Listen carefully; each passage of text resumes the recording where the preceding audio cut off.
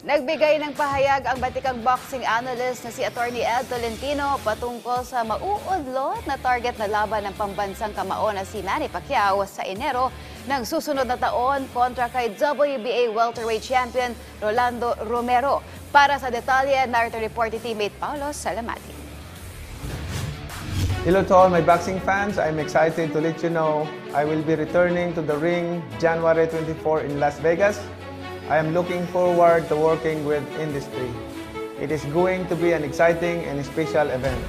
Stay tuned, more news to come on my opponent in the next few days. Thank you everyone. Matapos ang pag-aanunsyo ng pambansang kamao at International Boxing Hall of Famer na si Manny Pacquiao patungkol sa kanyang pagbabalik ibabaw ng ring sa January 24 ng susunod na taon sa Las Vegas, Nevada, may posibilidad itong maudlot dahil sa bagong anunsyo ng World Boxing Association o WBA. Nauna nang itinuring bilang first option si WBA welterweight champion Rolando "Rolly" Romero bilang kalaban ni Pacquiao, subalit inatasan ito ng WBA na depensa ng kanyang titulo laban sa mandatory challenger at WBA top contender ni si Shakram Giasov. Binigyan ng 30 araw ang kanilang kampo para magkasundo sa negosasyon hanggang November 13. Si Giasov ay silver medalist sa 2016 Rio Olympics at may malinis na record sa 17 professional fights. Kung tatanggapin ni Romero ang laban kay Giasov, posibleng maantala o tuluyang hindi matuloy ang pagharap nila ni Pacquiao sa Enero ng susunod na taon. May opsyon na tinitignan dito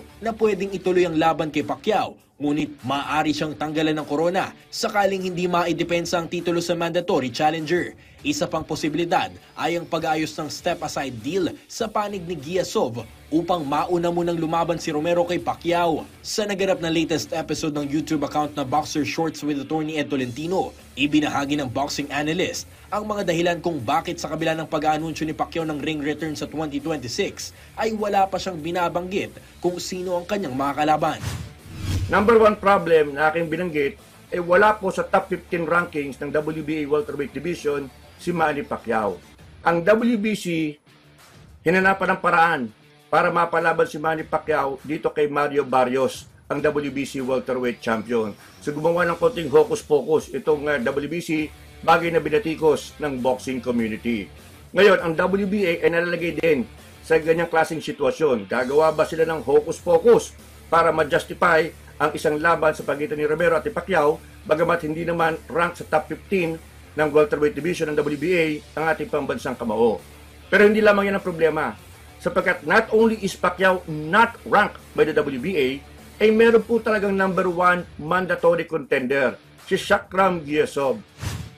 Sa kabila nito, ibinahagi rin ni Tolentino ang iba pang mga opsyon upang matuloy ang WBA welterweight title fight sa pagitan ni Pacquiao at Romero sa ilalim ng mga ilang kondisyon.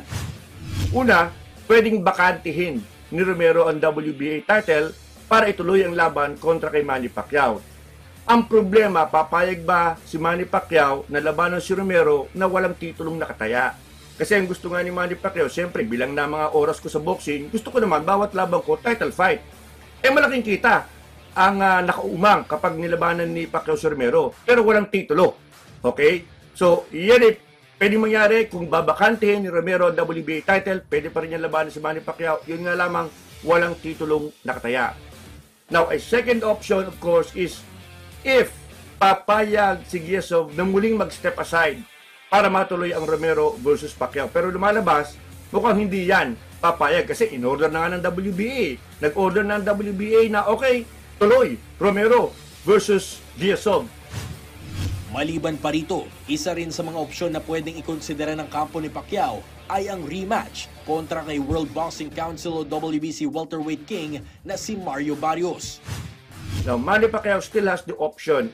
Pwede siyang bumalik kay Mario Barrios sapagkat the WBC ranked Pacquiao number 1 after the draw with Barrios in July. So dito, rank number 1 si Manny Pacquiao. Walang problema. Madaling ayusin yung laban. Nais ni Pacquiao na muling maging world champion matapos ang kanyang pagbabalik ibabaw ng lona noong Hulyo na nagtapos sa isang draw katapat si Barrios. Paulo Salamatin para sa Atletang Pilipino para sa Bagong Pilipinas.